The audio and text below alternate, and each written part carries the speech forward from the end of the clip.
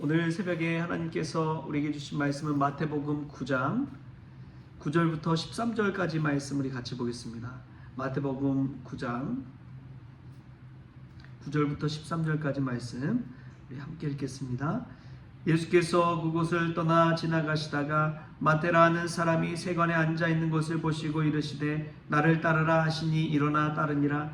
예수께서 마태의 집에서 앉아 음식을 잡수실 때에 많은 세리와 죄인들이 와서 예수와 그의 제자들과 함께 앉았더니 바리새인들이 보고 그의 제자들에게 이르되 어찌하여 너희 선생은 세리와 죄인들과 함께 잡수시느냐.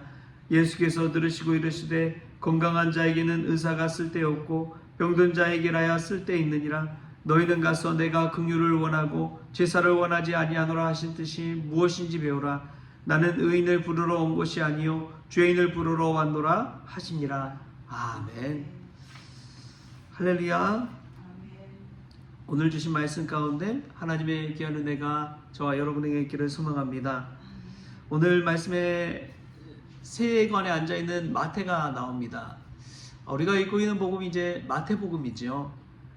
세리 마태, 세관에서 일하고 있는 마태는 세리다라고 그렇게 학자들은 이야기를 합니다. 세리는 그 당시 이제 세관원이죠. 세금을 거두러 다니는데 로마 제국에 바칠 세금을 거두러 다녔습니다. 그래서 이제 민족애를 가지고 있는 많은 유대인들은 매국노라고 지탄을 했고 거리를 두고 또 안 좋게 여겼죠. 그래서 이제 우리가 잘 아는 삭개오도 세리장이잖아요. 세관원의 장이었던 삭개오도 있습니다. 이 세리 마태는 민족 동족들에게 있어서 죄인 취급을 받는 사람이었습니다. 그가 세관에 앉아 있는데 예수님이 거기서 이 세리 마태를 부르신 거예요. 세리 마태가 예수님의 부르심을 받고 나와서 예수님의 제자가 되고 말씀을 듣고 이 마태복음을 기록하게 되었습니다. 참 놀라운 것은 이 사복음서가 있는데 사복음서 중에 가장 유대인 그 민족주의 속성이 가장 강한 것이 이 마태복음이라는 사실입니다. 민족들에게 등 돌리었다고 지탄받은 그 마태가 얼마나 동족들에 관한 입장에서 예수님의 복음, 예수님이 그리스도임을 증명하고 기록한 책이 이 마태복음이라는 것이죠. 복음서마다 각자의 특징이 다 있습니다. 뭐 마가복음, 베드로복음이라고도 그러죠. 베드로가 이야기한 것을 또 마가가 대필했다라고도 이야기를 합니다. 그래서 이제 베드로의 그 신앙 고백이나 그런 것들이 이 마가복음엔 잘 나와 있고 누가복음은 이방인들을 위한 복음이라고 이야기합니다. 누가가 이방인이었잖아요. 또 의사다 보니까 특별히 가난한 자들, 아픈 자들, 이방인들에 관한 기록이 많이 나와 있는 게 이제 누가복음이 되겠습니다. 요한복음이 이제 특별히 예수님이 사랑하신 제자 요한이 있었는데 제자들 중에 가장 오랫동안 살았죠. 예수님이 사랑하는 그 의미와 여러 가지 스토리를 많이 담고 있는 것이 요한복음입니다. 요한복음이 이제 시점 자체가 다르지요. 가장 늦게 쓰여졌기 때문이기도 하지만 가장 의미를 많이 담으려고 그렇게 이 히스토리보다도 의미를 많이 담기 위해서 쓰여진 복음서입니다. 이런 복음서만의 특징이 다 있는 것이죠. 특별히 그 중에 마태복음이 가장 먼저 이 신약 성경에서 드러나는 것은 예수 그리스도의 족보에 관해서 또 기록하고 있기 때문에 그렇습니다.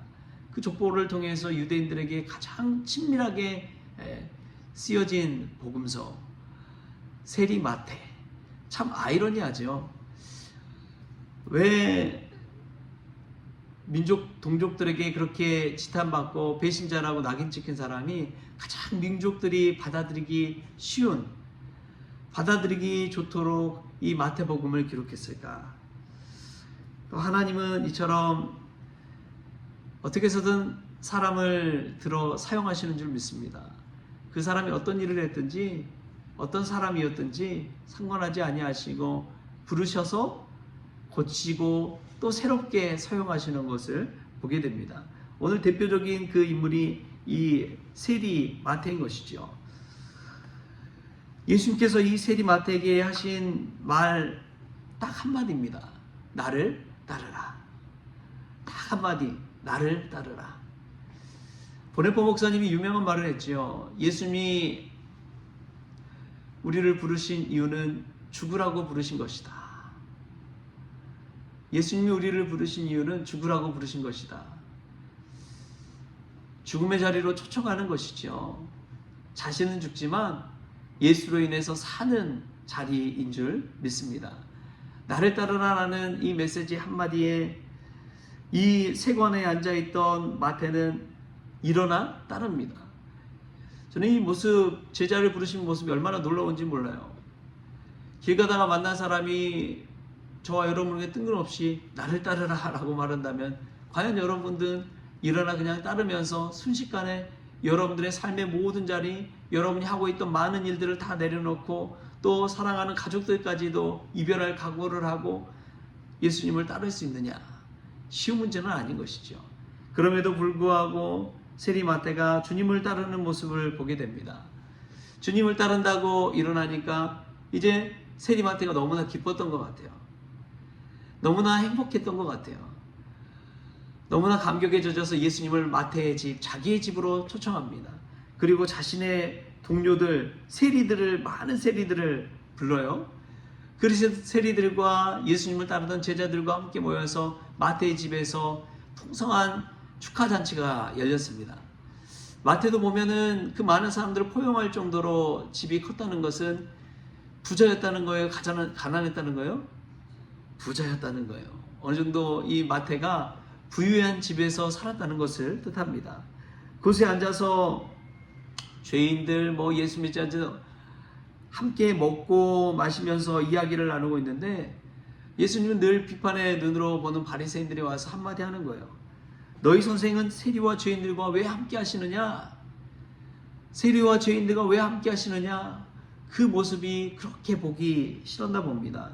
그때 예수님이 하신 귀한 말씀이 있습니다. 우리가 이 말씀 한마디 때문에 예수님을 믿게 되는 것이죠. 우리 12절, 13절 말씀 같이 한번 읽겠습니다. 12절, 13절 시작. 예수께서 들으시고 이르시되 건강한 자에게는 의사가 쓸데없고 병든 자에게라야 쓸데에 있느니라. 너희는 가서 내가 긍휼을 원하고 제사를 원하지 아니하노라 하신 뜻이 무엇인지 배우라. 나는 의를 부르러 온 것이 아니요 죄인을 부르러 왔노라 하시니라. 아멘. 예수님이 누구를 부르러 왔다고요? 죄인을 부르러 오셨다는 사실입니다. 여러분, 이것이 은혜입니다. 세상에서는 의인을 찾습니다. 세상에서는 의인을 찾아요. 세상에서는 잘난 사람을 찾습니다. 세상에서는 돋보이는 사람을 찾습니다. 부유한 자를 찾지요. 그러나 예수님은 죄인을 찾으러 오셨습니다. 할렐루야. 세상에서 쓸모없다고 버림받은 이를 예수님은 찾으러 오셨습니다. 복음서를 읽다 보면은 예수님이 하신 일이 단순하구나. 의인이 아니라 죄인을 찾아가시는구나.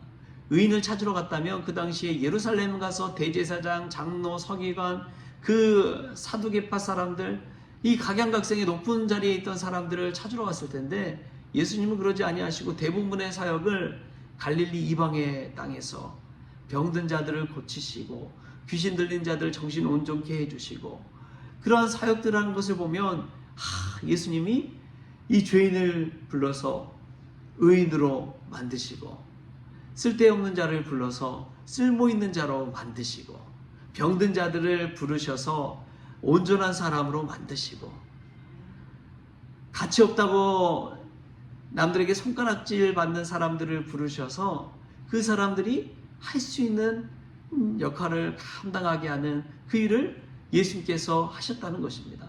여러분, 이것이 복음입니다. 땅바닥에 주저앉아 있는 자를 주님은 일으켜 주십니다. 주님 부르셔서 일으켜 주시고 걷게도 하시고 일하게 하시고 달려서 춤추며 하나님을 찬양하게 하시는 것이 우리 주님이 하시는 일인 줄 믿습니다. 여러분, 이것이 복음이지요. 어떤 사람이 주님 앞에 와서 주님, 얼마나 죄인을 용서해 줘야 됩니까? 얼마나 죄인을 용서해 줘야 됩니까? 그래서 예수님이 뜻깊은 말을 누가복음에서 하시잖아요. 어떤 사람에게 빚진 자가 두 사람 있었는데 한 사람은 50데나리온을 빚졌고 또 한 사람은 500데나리온을 빚졌다.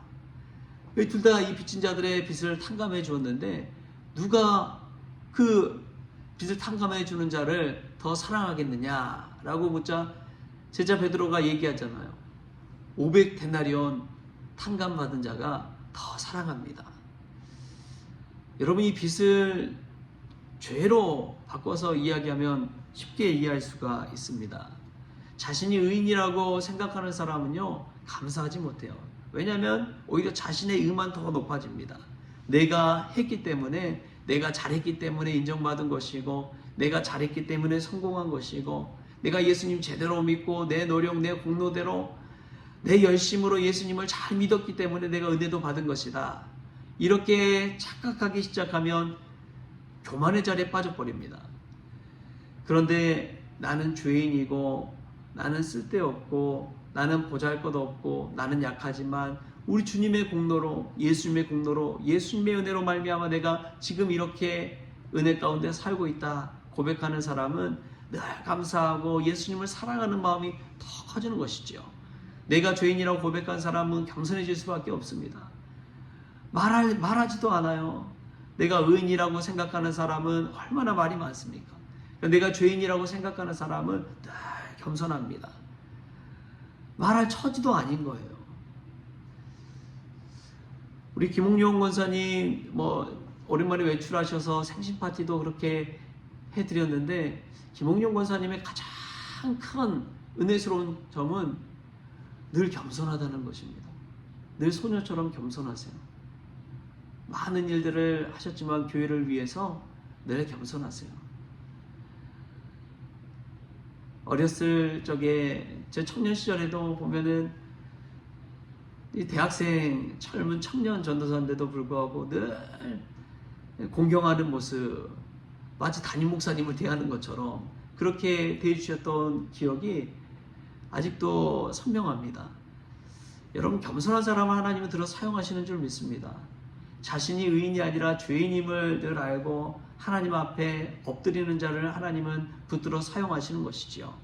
우리가 의인이 아니라 죄인을 부르신 예수님, 그 예수님 따라서 예수님의 은혜 가운데 늘 겸손하게 살아가는 저와 여러분 될 수 있길 바랍니다. 여러분, 끝까지 겸손하십시오. 끝까지 주님의 은혜로 사십시오. 내 공로, 내가 의인 되었다 착각하지 마시고 예수님의 십자가 은혜, 십자가의 공로 안에서 겸손하게 신앙생활하는 저와 여러분 될 수 있기를 주신 예수님의 이름으로 축복합니다. 기도하겠습니다. 주신 하나님 감사합니다. 세리마태를 부르셔서 하나님의 일꾼으로 또 주님의 제자로 쓰임받게 하여 주시니 감사합니다. 세상에서는 쓸모없다고 하지만 주님 만나서 쓸모있는 자 될 수 있도록 주님 주장하여 주시고, 특별히 의인이 아니라 죄인을 부르러 오셔서 그 죄인을 의인 삼아주시는 주님의 놀라운 은혜를 기억하며 저희들도 죄인이라는 사실을 꼭 기억하면서 겸손히 주님 닮아가게 하여 주시고 주님 따라가게 하여 주옵소서. 우리 예수님 믿는 성도들이 세상에서 잘 되되 무엇보다도 자세와 태도는 늘 겸손한 자들 될 수 있도록 주님께서 주장하여 주옵소서. 감사하며 예수님의 이름으로 기도합나이다. 아멘. 우리 주님이 가르쳐준 기도로 오늘 새벽 기도를 마치겠습니다. 하늘에 계신 우리 아버지여, 이름이 거룩히 여김을 받으시오며 나라가 임하시오며 뜻이 하늘에서 이루어진 것 같이 땅에서도 이루어지이다. 오늘 우리에게 일용할 양식을 주시옵고 우리가 우리에게 죄진 자를 사하여 준 것 같이 우리 죄를 사하여 주시옵고 우리를 시험에 들게 하지 마시옵고 다만 악에서 구하시옵소서. 나라와 권세와 영광이 아버지께 영원히 있사옵나이다. 아멘.